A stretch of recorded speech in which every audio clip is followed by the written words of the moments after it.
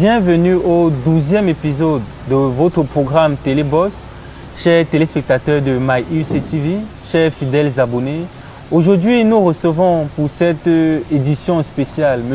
Paul-Emmanuel Ndiaye. Édition spéciale pourquoi? Déjà parce que c'est le 12e épisode et le dernier de la première partie de votre programme télé, mais aussi parce que c'est le jour du 30e anniversaire de notre illustre invité de la journée. Alors je lui donne rapidement la parole pour ses premières impressions. Bonjour Paul et bienvenue à l'IVC. Bonjour Dorian, merci de m'accueillir ici. Je suis content d'être là et j'espère qu'on pourra avoir de bons échanges qui seront instructifs pour ceux qui nous regardent. Voilà. Alors, comment avez-vous trouvé le chemin pour vous rendre ici? Lok-Bessou, ce n'est pas la porte d'à côté. Hein? Lok-Bessou, ce n'est vraiment pas la porte d'à côté, surtout quand on vient de Yaoundé. Mais ce n'est pas un souci tant qu'on sait comment se diriger. Et puis, j'ai fait Douala, donc ce n'est pas un problème. Douala, on s'habitue. Voilà. Alors, la particularité de cette émission aujourd'hui également, c'est que M. Paul-Emmanuel Ndiaye est effectivement basé à Yaoundé, mais il a fait le voyage de Yaoundé à Douala pour pouvoir respecter ses engagements et prendre part à cette émission d'aujourd'hui, justement pour vous faire plaisir, chers téléspectateurs. Alors, nous allons entrer dans le vif de notre interview qui va commencer par la présentation générale de notre invité aujourd'hui, surtout pour ceux qui ne le connaissent pas, parce que c'est un entrepreneur à multiples casquettes. Alors, Monsieur Paul-Emmanuel Ndiaye, alors vous êtes blogueur professionnel, vous travaillez sur Internet, vous avez d'autres activités en parallèle. Mais bon, on va aller vraiment dans un ordre chronologique. Donc, si on commençait par parler de vous et de votre jeunesse particulièrement. Alors, je suis né, comme tu l'as dit, si bien dit tout à l'heure, il y a exactement 30 ans, à Bamenda, de parents fonctionnaires. Ce qui fait que j'ai fait plusieurs villes du Cameroun, Bamenda, Yaoundé, Edea, Ebolova, Bafoussam, Douala. Voilà, donc j'ai eu mon bac à 17 ans. J'ai eu une enfance plus ou moins normale, donc il n'y a pas eu de soucis majeurs, à part peut-être quand j'ai perdu ma dent. À cause de la tétutesse, je jouais au football et tout. Maman m'a demandé de rentrer parce que le repas était prêt et tout, donc on a continué à jouer. Et alors j'ai fait un débordement sur la gauche, accélération et tout. On m'a taclé par derrière. Et voilà, chute brutale et voilà, je perds ma dent. Donc à part ça, il n'y a pas d'événement particulier qui a marqué mon enfance. Si ce n'est que j'ai eu une enfance normale, des parents fonctionnaires. On a appris à se battre très tôt. On n'avait que l'école comme une forme de garantie, on va dire ça. On n'avait pas quelqu'un qui était positionné quelque part sur qui on pouvait compter. Donc on a toujours compté sur nous-mêmes et nos parents nous ont toujours donné le goût du travail. Donc en gros c'est ça mon enfance. Alors cette brève présentation nous amène justement à comprendre que vous êtes entrepreneur depuis le bas âge. On va dire ça comme ça, depuis le collège, parce que j'ai fait le collège d'abord, ensuite le lycée à partir de la classe de seconde. Depuis le collège, on se réunissait souvent le week-end pour faire des croquettes, pour faire des chips, pour faire des crêpes, pour faire des gâteaux qu'on allait vendre à l'école et tout. Donc on a toujours eu cette petite fibre-là. On nous a appris à être comme ça. Plus tard à l'université, j'ai vendu même des fournitures, des formats, des stylos, des choses comme ça. J'ai fait des photocopies même pour certains de mes camarades de classe quand j'étais en 5e année. Parce que oui, j'ai eu un cursus, voilà, je suis allé jusqu'en 5e année, j'ai un master en gestion des ressources humaines, une licence en sciences de gestion également. Donc je faisais des photocopies pour mes camarades, ça me permettait d'avoir des économies pour faire également mes photocopies, payer mon transport et tout. Donc on va dire que j'entreprends depuis que je suis assez petit. Je suis allé plus loin encore quand je me suis lancé dans la restauration rapide. C'était pour un test, j'ai fait le test sur 3 à 6 mois comme ça. Je livrais des plats à emporter sur commande. Donc pendant les pauses de midi, les gens appelaient, ils passaient leurs commandes et tout, suivant un menu qu'on donnait. Et voilà, parce que j'ai toujours aimé la restauration également. Donc en gros c'est ça. Vous n'avez pas l'air d'un très grand bouffeur. On va voir ça tout à l'heure. Mais bon, je suis mince, je fais du sport depuis qu'on est tout petit également. Je viens d'une famille sportive. Mon papa est champion d'Afrique de handball. Waouh! Mon grand frère est double champion du Cameroun de handball. Ma grande sœur est double championne universitaire de ping-pong. Moi, je suis vice-champion régional de volleyball. Wow. Et quand j'étais avant 10 ans, j'ai fait partie de l'élite de la gymnastique camerounaise. Je n'avais pas encore 10 ans. Donc, je viens d'une famille sportive, ce qui fait que mon corps ne change pas beaucoup, même si les années s'ajoutent. Et j'ai beau manger, mais je ne prends pas trop de poids. Donc voilà, en gros, c'est ça. J'entreprends depuis très jeune et j'espère... j'ai toujours aimé ça, en fait. Donc, voilà. Et à quel moment donc justement est venue la rupture entre cet entrepreneuriat de, on va dire, débrouillardise un peu, si vous me permettez l'expression, et la professionnalisation qui vous a amené vers votre activité d'aujourd'hui? D'accord. Mon activité d'aujourd'hui repose principalement sur un travail de création. Comment ça se passe? Depuis très jeune également, j'ai toujours aimé écrire. D'accord. Donc, un moment, quand j'ai découvert Internet et tout, c'était à l'époque 2002, 2001, quand l'heure coûtait encore 1000 francs, 800 comme ça, à aider quand je préparais mes examens et tout. Il fallait faire des recherches, Internet était là et tout. C'est là que je découvre Internet et que je me rends compte qu'on peut mettre du contenu en ligne. Donc, c'est là que je commence à écrire. Et plus j'évoluais, je rencontrais des gens qui étaient plus ou moins dans la chose. Et en 2012 ou 2013, si je me souviens bien, j'ai donc commencé à le faire de façon professionnelle. C'est-à-dire que je me faisais payer pour ça. Des gens payaient pour que je produise du contenu pour eux. C'était très difficile parce que c'était extrêmement mal payé. On imagine avec tout ce qu'on connaît comme salaire au Cameroun. C'était vraiment mal payé et il était difficile d'avoir un lien direct avec les clients, dont on était toujours avec des intermédiaires, ce qui fait que l'argent c'était vraiment... Et donc en 2013, je me mets à travailler avec Blog Pas Cher, qui est le numéro 1 en France de la vente de sites et de blogs sous WordPress. Donc c'est là que ça devient encore professionnel, on va dire, parce que le travail était extrêmement rigoureux, la demande était stricte et j'ai dû beaucoup évoluer dans mon écriture parce que j'avais une écriture très poétique et extrêmement libre. J'ai dû, malgré justement garder ce côté libre, mais donner certaines restrictions à mon écriture, ce qui a modelé un peu mon travail jusqu'à aujourd'hui. Donc c'est un peu comme ça que je commence à me professionnaliser dans ce que je fais. Voilà, j'ai aussi travaillé pour des gens aussi à un moment, mais bon. Et c'est ce qui vous conduit donc à vous baser aujourd'hui à Yaoundé où vous comptez développer vos affaires? Effectivement, aujourd'hui je suis à Yaoundé effectivement et ça commence sur Internet, l'aventure qui m'amène à Yaoundé aujourd'hui. Ma collaboratrice avec qui j'ai ouvert l'entreprise que nous gérons tous les deux à Yaoundé m'a découvert sur Internet justement au travers de mon blog, au travers de mes écrits, de mon activité sur les réseaux sociaux. On est entré en contact sur un projet qui consistait à de la transmission de connaissances entre des professionnels et des étudiants à l'IUT, justement, l'Université universitaire de technologie. C'est là que ça a commencé, donc dans le cadre d'une ONG. À partir de là, on a continué à travailler ensemble et on a développé justement le projet qui me mène aujourd'hui à Yaoundé. On a ouvert une entreprise qui fait dans les solutions informatiques. Donc ça part d'un constat en fait. On a constaté qu'il y a des entreprises qui offrent des applications, d'autres entreprises qui offrent des sites internet, parfois les deux, et d'autres entreprises qui offrent également un peu de marketing sur internet.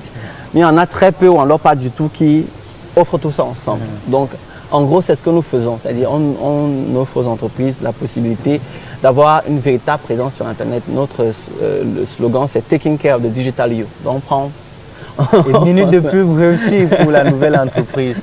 Et vous pouvez donc dès lors passer vos coordonnées si vous voulez pour ceux qui pourraient être intéressés bien par sûr, bien sûr.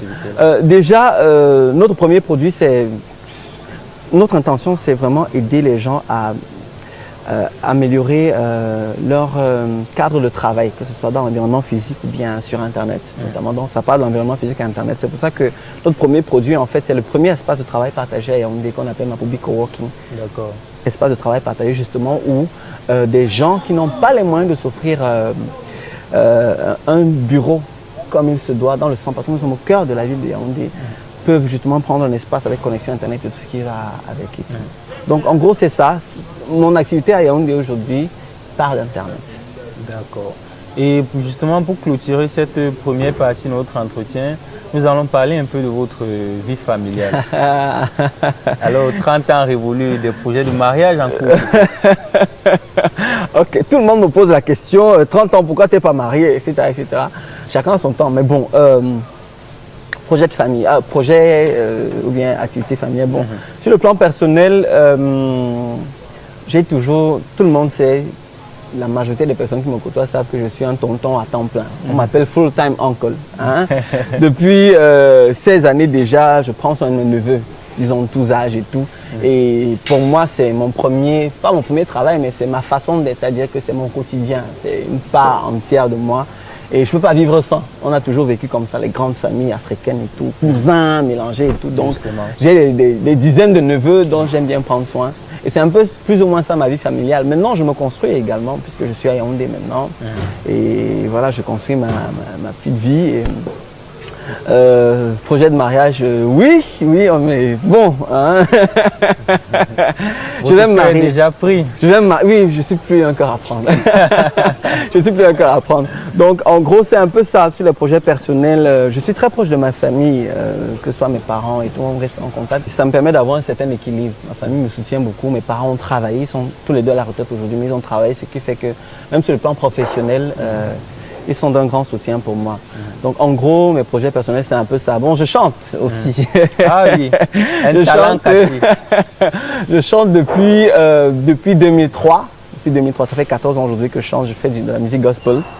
Et en back-office, justement, vous m'avez expliqué que cette année, vous allez tout essayer. Même oui, l'année de mes 30 ans, je vais tout essayer. On m'a longtemps demandé de participer à des concours, etc. Je refusais parce que ça ne m'intéressait pas. Mais bon, j'ai 30 ans. Donc, j'annonce officiellement que je vais participer. J'espère que je ne vais pas rater le casting.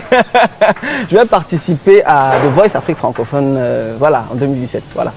Alors, chers abonnés, nous avons clôturé avec cette première partie de notre entretien aujourd'hui, qui était essentiellement focalisée sur la présentation de notre cher invité. Nous allons vous passer une pause musicale à l'instant, une pause musicale spéciale parce qu'elle a été choisie par notre invité.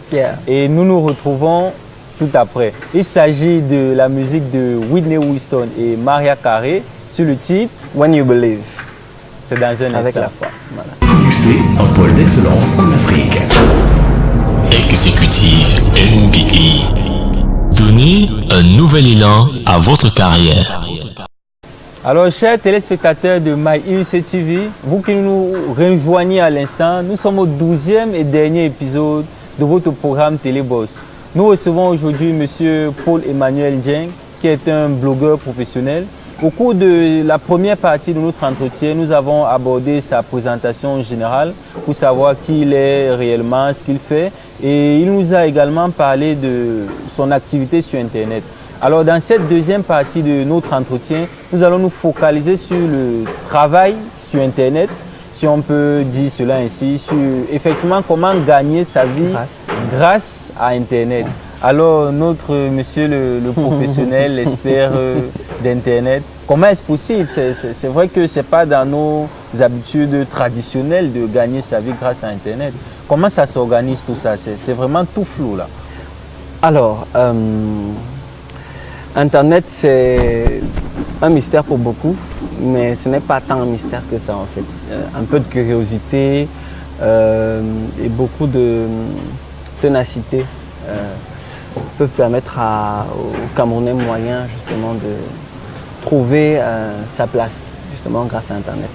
Donc, comment ça s'est passé pour ce qui est de mon cas? Parce que chacun a son histoire avec la toile. Comme je disais, j'ai commencé à créer du contenu en fait de façon régulière à destination d'Internet à partir de 2009.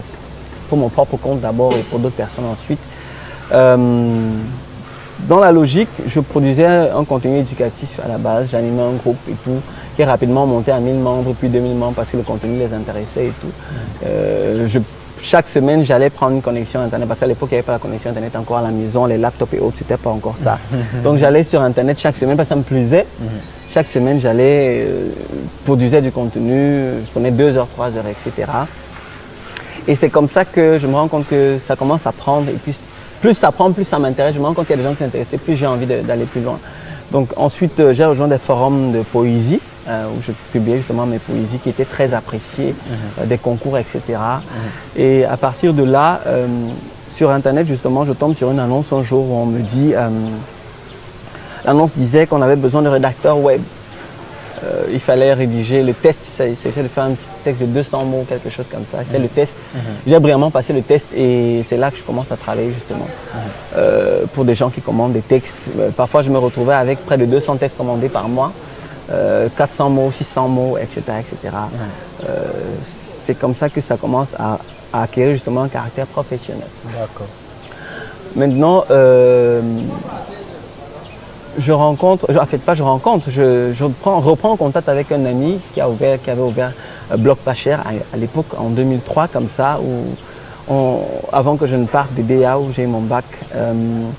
Il m'avait dit, j'ai découvert quelque chose d'intéressant qu'on appelle le blogging. Voilà. Donc, il m'en parle avec une grande passion et tout, mais en 2004, j'ai mon bac, je pars de la ville. Donc, 9 ans plus tard, 8 ans plus tard, en 2012, justement, je le recontacte et tout. Je me rends compte que l'affaire a grandi et tout. Il me dit justement, j'ai besoin d'un rédacteur, j'ai besoin d'un contributeur.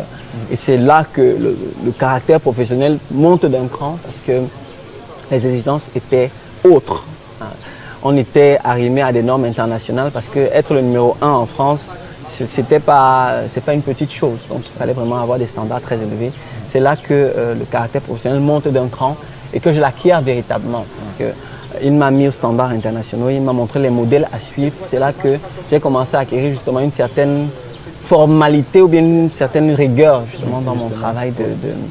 D'où la rigueur et la méthodologie dans la production de vos textes. Effectivement, on peut dire ça comme ça. C'est un peu naturel aujourd'hui parce que avant je faisais énormément d'efforts parce que j'avais une écriture très libre. Je faisais beaucoup d'efforts pour cadrer tout ça. Maintenant c'est normal, c'est-à-dire que ça vient tout seul, les canevas viennent tout seul. Donc effectivement, il y a une certaine rigueur dans mes textes parce que mon contenu est essentiellement éducatif et il faut que ceux qui le lisent justement ne soient pas perdus. Donc voilà un peu le processus justement qui amène à la professionnalisation. Maintenant, en 2016, j'ouvre mon propre espace. Quand je travaillais pour Bloc Pas Cher, j'écrivais essentiellement sur comment écrire pour Internet. C'était ça mes axes de travail principaux. Comment écrire pour Internet et les astuces blogging. Donc comment bloguer, développer son blog, monétiser, etc. Ce genre de choses. Faire du marketing également et tout. Donc en 2016, j'ouvre mon propre blog après avoir participé à un événement organisé par des jeunes Camerounais où je me suis rendu compte qu'ils avaient beaucoup de potentialité, beaucoup de capacités, mais qui n'étaient vraiment pas vus sur la toile et qui ne savaient justement pas comment capitaliser, justement, utiliser la toile pour leur propre activité. C'est là que j'ouvre mon blog en 2016 et un peu plus tard, je passe ma certification en inbound marketing, qui est la meilleure pratique de marketing sur Internet depuis 2006. Je la passe à la HubSpot Academy. HubSpot est le numéro 1 mondial en marketing en ligne. Donc, à partir de là, mon contenu est encore plus orienté justement sur comment faire le marketing de son activité sur Internet. C'est comme ça que après quelques textes, je commence à avoir mes premiers contrats.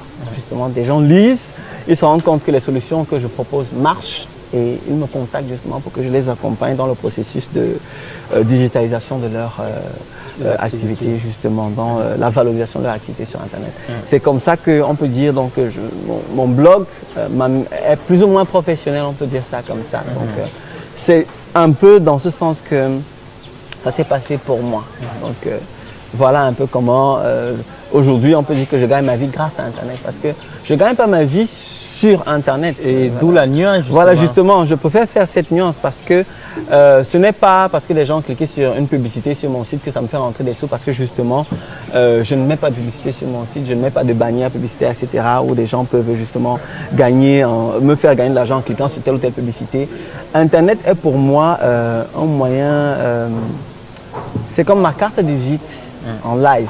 Donc et si vous me permettez justement d'introduire cette remarque, le blog de M. Paul est justement structuré de manière à ce qu'il n'y ait pas de publicité. Donc ce qui vraiment rend ce caractère, on va dire, un peu fabuleux, si on peut utiliser le terme, parce que vous connaissez les modèles traditionnels de revenus sur Internet, c'est la publicité avec les bannières publicitaires, les affiches ici et là. Donc mettre en place une activité en ligne et ne pas se baser sur ce modèle-là, c'est vraiment être sûr que l'activité qui est derrière, c'est du costaud. Justement, j'ai souvent eu des incompréhensions avec certains autres blogueurs parce qu'ils ne comprenaient pas le fait que je dise tout le temps que ce n'est pas ça la seule façon de gagner de l'argent. Parce que on va dire que c'est peut-être le modèle qu'ils ont connu, mais ce n'est pas le seul modèle qui existe. C'est un modèle, c'est une façon de gagner sa vie. C'est-à-dire on essaie d'avoir un maximum de visites pour pouvoir aller justement présenter ça aux entreprises et que les entreprises justement puissent venir acheter des espaces publicitaires, payer des articles sponsorisés, etc., etc. Mais ce n'est pas la seule manière de faire. Il y a un souci avec cette manière de faire, c'est que lorsque on n'a pas une activité qui est solide, à ce moment on n'est plus au service de ces lecteurs, mais on se sert de ces lecteurs pour gagner de l'argent. Est-ce que vous pouvez revenir justement sur cette dernière phrase pour que nos téléspectateurs puissent parfaitement la comprendre? Voilà, donc lorsque on cherche essentiellement à augmenter son nombre de visites sur son site pour pouvoir aller avoir de l'argent parce qu'on va présenter à des entreprises, mon site est extrêmement visité et tout, venez faire votre publicité. La dérive qu'il peut y avoir lorsque l'activité qu'on mène n'est pas solide, c'est que à ce moment, on ne sert plus ses lecteurs parce qu'à l'origine, le blogging est là pour servir le lectorat. Justement. Donc à ce moment, on ne sert plus ses lecteurs, mais on se sert de ses lecteurs, ce qui est une grosse dérive. Et à un moment, les lecteurs s'en rendent compte, les lecteurs ne sont pas bêtes. Donc c'est un modèle, mais ce n'est pas le seul modèle. Donc mon modèle à moi a été éprouvé et je peux le dire, c'est le modèle le plus stable en réalité. Le modèle le plus sûr de gagner de l'argent sur Internet parce que le nombre de visites peut décliner un jour. Mais lorsque vous avez une compétence derrière qui est solide, la compétence, si vous la maintenez, ne décline pas. Donc, ce n'est pas tant le nombre de visites à ce moment-là qui va vous faire gagner de l'argent, mais c'est votre capacité justement à mettre en avant votre talent. C'est l'aptitude que vous aurez développée derrière qui va vous permettre justement de gagner de l'argent aujourd'hui. Mon site, je peux le dire, ne fait pas énormément de visites parce qu'il est extrêmement spécialisé. C'est aussi ça. Parce que les sites qui peuvent avoir énormément de visites, ça dépend également. Il y a des sites extrêmement qui traitent de sujets très généraux. Ça dépend des différentes thématiques. Voilà, comme la mode. Voilà. Moi, je peux aller sur un site de mode, mais ce n'est pas tout le monde qui peut aller sur un site de marketing spécialisé comme le mien, par exemple. Parce qu'il faut vraiment savoir ce qu'on cherche quand on vient sur mon site. Donc, mon site ne fait pas un nombre énorme de visites, mais ce que j'arrive à gagner aujourd'hui, derrière justement une activité de production régulière de contenu éducatif, me comble énormément. Voilà, donc je ne fais pas de publicité, je mets en avant mes capacités en donnant régulièrement des solutions aux gens sur Internet. Et lorsqu'ils se rendent compte que les solutions marchent, ils me contactent et je les accompagne. Et voilà, c'est comme ça que j'anime également des ateliers, justement des séminaires, etc. Justement sur comment digitaliser, voilà. Et je tiens à rappeler que j'ai découvert monsieur au cours d'un séminaire justement. Et si on parlait un peu de la gestion des réseaux sociaux, parce que bien des personnes n'ont toujours pas compris que l'on peut être professionnel également sur les réseaux sociaux. Voilà, c'est vrai que j'avais cette discussion justement en ligne dernièrement parce que j'ai fait un post à ce propos sur Facebook. Chacun a ses aspirations lorsqu'il va sur Internet. Il y en a qui vont simplement pour discuter un peu avec leur famille, il y en a qui vont parce qu'ils veulent s'amuser et tout. Mais Internet également, les réseaux sociaux peuvent être un bon moyen justement de se démarquer en tant que professionnel. Aujourd'hui, les entreprises utilisent les réseaux sociaux pour recruter. Donc, à moins que vous utilisez par exemple votre profil Facebook pour vous amuser et que vous ayez restreint justement la visibilité de votre profil à votre famille, si vous l'utilisez de façon publique, il faut faire attention, surtout si vous êtes peut-être en recherche d'emploi, etc. Parce qu'aujourd'hui, il faut faire attention à ce qu'on publie parce que ça reste. Donc, les réseaux sociaux peuvent être utilisés pour gagner sa vie. Comme je disais, j'ai été contacté par ma collaboratrice d'aujourd'hui via Facebook. Elle a vu mon blog. Et mon blog, justement, je publie mes articles, je les partage sur Facebook, sur LinkedIn, sur Twitter, etc. etc. Donc, il faut savoir faire la part des choses. Donc, pour un cas pratique, mon profil Facebook est balancé, c'est-à-dire qu'il y a du contenu professionnel et également du contenu extrêmement drôle parfois parce que c'est ma nature, mais très peu de contenu personnel.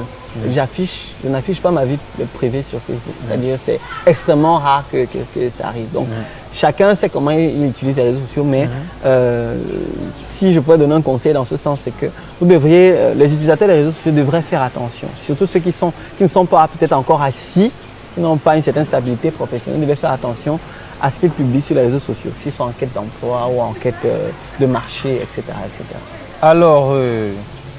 Alors, chers téléspectateurs, vous l'avez très bien compris, vous étudiants qui nous suivez, vous venez de suivre notre expert justement qui nous parlait de l'importance de la compétence professionnelle. À ce propos, l'Institut universitaire de la Côte vient de mettre en place son programme d'études exécutives MBA pour permettre justement aux jeunes professionnels et aux étudiants également de pouvoir se professionnaliser dans le domaine du management d'entreprise. Découvrez la formation dans un instant. UC, un pôle d'excellence en Afrique. Exécutif MBA. Donnez un nouvel élan à votre carrière. Alors, chers téléspectateurs de MyUC TV, chers fidèles abonnés de votre programme Bourse, nous arrivons à la fin de notre entretien. Alors, je vais passer la parole à notre expert en digitalisation des activités pour qu'il nous donne justement quelques conseils, surtout parce que notre public, il faut le dire, est en majorité constitué des étudiants. Donc, vous étudiants qui nous suivez, vous jeunes, je vous invite à suivre les conseils que monsieur va nous donner à l'instant. Alors, merci. conseil, bon, bah, je ne suis pas si vieux que ça non plus. Alors, s'il y a une chose que... Bon, je vais commencer par une chose. Hein, si vous avez des problèmes d'acné, ce n'est pas un problème. L'acné ne doit pas vous bloquer. Ça, c'est juste en passant. Donc, vous devez savoir une chose déjà, c'est que vous ne serez pas toujours jeune et que vos parents ne seront pas toujours là. Donc, je vous conseillerais de vous appuyer beaucoup sur votre famille.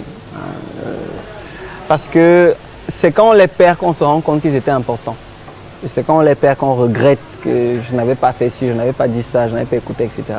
Donc, je vous conseille vraiment de vous rapprocher au maximum de votre famille, de vous appuyer sur elle parce que le vécu qu'ils ont nous aide toujours. Je parle d'expérience.